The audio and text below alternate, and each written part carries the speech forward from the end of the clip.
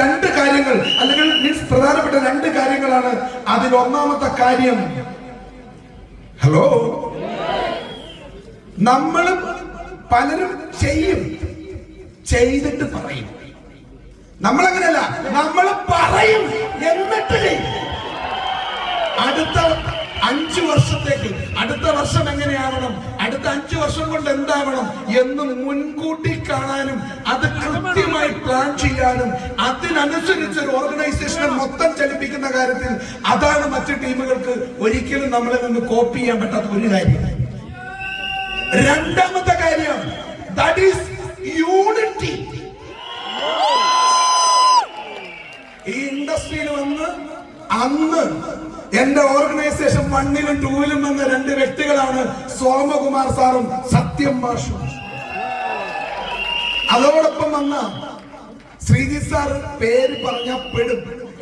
എന്നാലും ശ്രീ സാർ മുതൽ നമ്മുടെ ഗ്രേറ്റ് ITC ലീഡേഴ്സ് ആയിട്ടുള്ള നമ്മുടെ പ്രിയേഷ് സാർ, അതുപോലെ ബാബുരാജ് സാർ, ഗോകുൽ സാർ, വിജയൻ മാഷ്, ഷാജി സാർ തുടങ്ങി SITയിലെ ബിജോഷ് മാത്യു സാർ.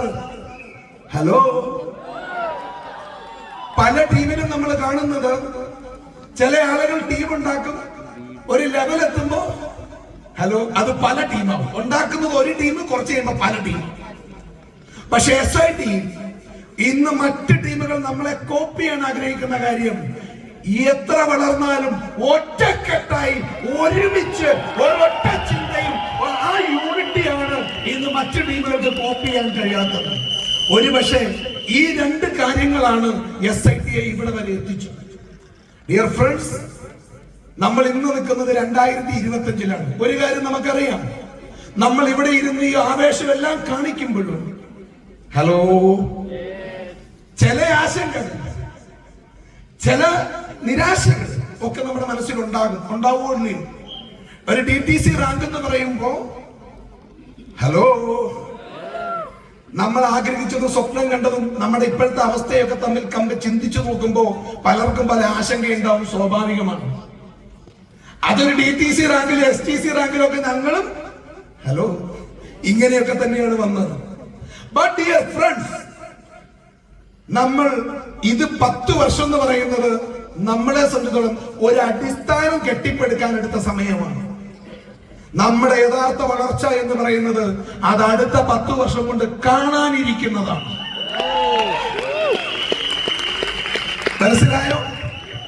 അതുകൊണ്ട് ഒരു കാര്യം ഞാൻ ഗ്യാരണ്ടിയാണ്, നിങ്ങൾ ഇതേ വിശ്വാസത്തോടെ ഇതേ ആവേശത്തോടും അടുത്ത ഒരു 3-4 വർഷം നിങ്ങൾ SITയോടൊപ്പം ശക്തമായി നിന്നിട്ടുണ്ടെങ്കിൽ ഹലോ ഇൻഷാ അല്ലാഹ് ദൈവം ആയുസ്സും ആരോഗ്യം തന്നാൽ ഇന്ന് ഞങ്ങൾ എന്താണോ അതിനു മേലെ നിങ്ങളെ എത്തിക്കും. അത് SITയുടെ മിഷനാണ്. അപ്പോ എനിവേ നമുക്ക് ഒരുപാട് സമയമില്ല, കാരണം നമുക്ക് ഒരുപാട് സമയമില്ല. പ്രധാനപ്പെട്ട കാര്യങ്ങൾ, ചില കാര്യങ്ങൾ നിങ്ങളോട് ഷെയർ ചെയ്യാനാണ് ഞാൻ പോകുന്നത്. ഒരു കാര്യം ഞാൻ പറയാം, ഇന്ന് വൈകുന്നേരം ഇവിടുന്ന് തിരിച്ചു പോകുന്ന നിങ്ങൾ ഇങ്ങോട്ട് വന്ന നിങ്ങളായിരിക്കും. നിങ്ങളുടെ